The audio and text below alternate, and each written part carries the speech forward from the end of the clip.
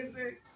আমরা প্রশাসনের কাছে প্রধান উপদেষ্টা ডক্টর মোহাম্মদ ইউনূস স্যারের দৃষ্টি আকর্ষণ করে বলতে চাই, আমার বোনকে যে মারছে সুষ্ঠু তদন্ত করে তার ফাঁসি হোক, আমরা এটাই দাবি করি। আমার বোনের যে 3টা বাচ্চা, 2টা মেয়ে, 6 মাসের একটা বাচ্চা, এই বাচ্চা বড় মেয়েকে সে আমাদের কাছে দেয়া নাই, তাকে শিখে নিয়ে আসছে থানা সিসি ক্যামেরা যদি আপনারা একদম দেখবেন, তারা থানাতে যখন ঢুকেছে তখন তারা সবকিছু শিখে আসছে। এবং আমার বোনের বাড়িতেও সিসি ক্যামেরা ছিল, আপনারা ওই সিসি ক্যামেরা চেক করার জন্য আমি প্রশাসনের কাছে আহ্বান জানাচ্ছি।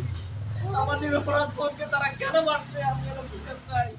আমি একজন বোন হারা ভাই হিসেবে আমি কত কষ্ট করি তারা পড়ালেখা করাইছি। আমার আজকে 13 বছর চাকরি বয়স, আমার বোনে আমি এত কষ্ট করে পড়াইছি, সে আমার বোনের সে ইন্টারে পাস করতে দেয় নাই। মনে করছে কি সে অন্য মেয়ের সাথে তারপরে গিয়ে সম্পর্ক। আমার বোন আমার একদিন বলছে, ভাই এত মনে হয় আর ভালো লাগে না, এই অন্য মেয়ের লোক পরকিয়া করে, ভিডিও কলে কথা কয়।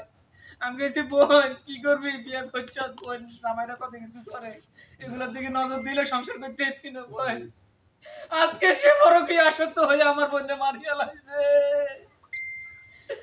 আমার বোনকে যৌতুকের টাকার জন্য সে মারিয়ে ফেলেছে। আমি আপনাদের কাছে, আমার বোনের আমাদের কাউকে জানা নাই, যদি আমার বোনে মরে যাইতো উন্নত চিকিৎসার জন্য আমার বোন আমরা টাকা নিতাম, মাইজে নিতাম, কিন্তু সে আমাদেরকে জানায় নাই। আমার বোনটা সে মারি 5টার পরে সে সোজা লাশ লই সে আমাদেরকে জানায় যে আমরা বোন অসুস্থ, আমরা কেমনে বুঝবো আমার বোন কেমনে মারা গেছে।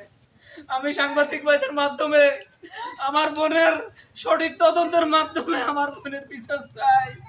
রাজনৈতিক ভাবে এটাকে তামাশাবাদের জন্য অনেক অপচেষ্টা চালানো হচ্ছে।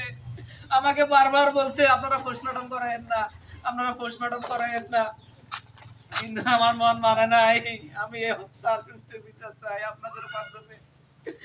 আপনারা আমাকে সহযোগিতা করুন। ঠিক আছে।